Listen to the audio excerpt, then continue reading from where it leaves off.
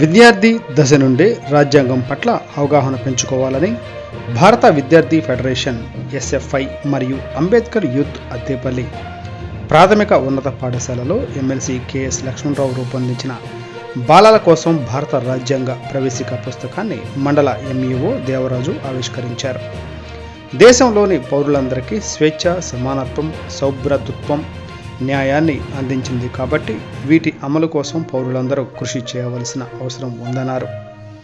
SFI జిల్లా ఉపాధ్యక్షులు మనోజ్ కుమార్ మాట్లాడుతూ భారత రాజ్యాంగంలో బాలలకు కూడా కొన్ని హక్కులు ఉన్నాయని, పిల్లలు చేత పని చేయించినట్లయితే వారు శిక్షార్హులు అవుతారని, కావున ఉచిత నిర్బంధ విద్యను అందించాలన్నారు.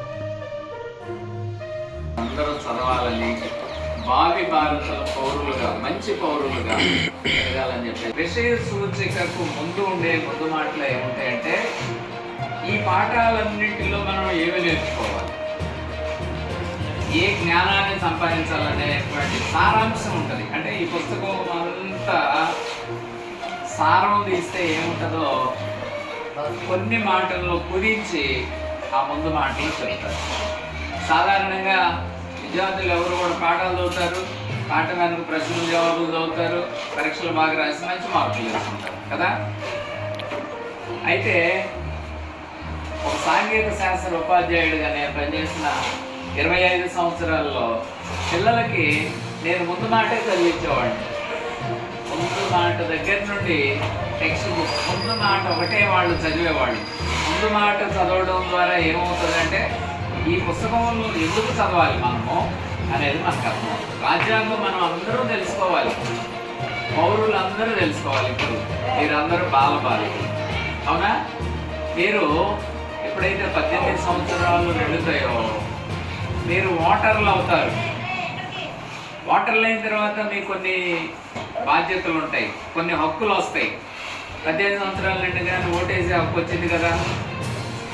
అప్పుడు ఓటు ఎవరికి వేయాలి, ఓటు అంటే ఏంటి, వేస్తే ఏం జరిగింది, మనకి ఏం కావాలి, ఇవన్నీ మీరు ఆలోచన చేసుకోవాలంటే ఇవన్నీ ఎక్కడ ఉంటాయంటే రాజ్యాంగంలో ఉంటాయి.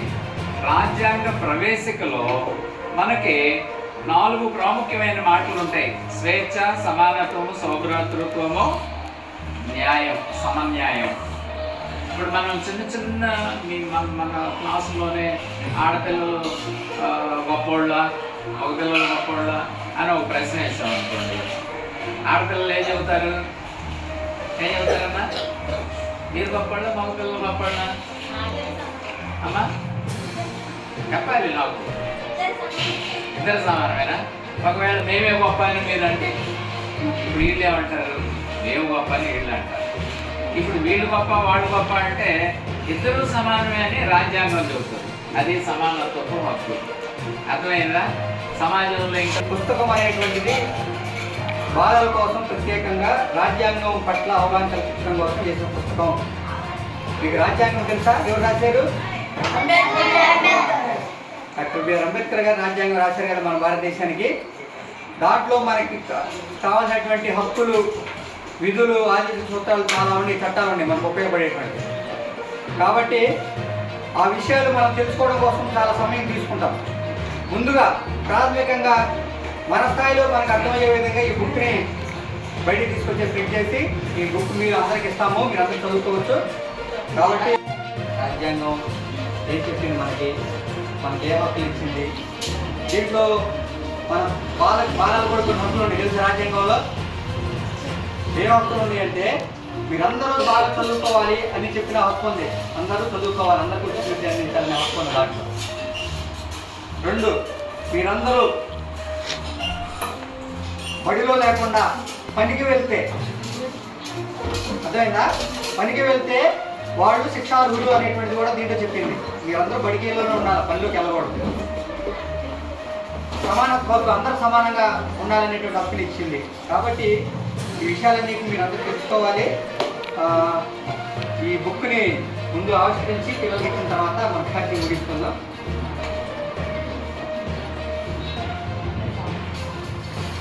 బుక్ని ఆవిష్కరించి అందరికి ఇచ్చిన తర్వాత విద్యార్థి ముగిస్తుందాం.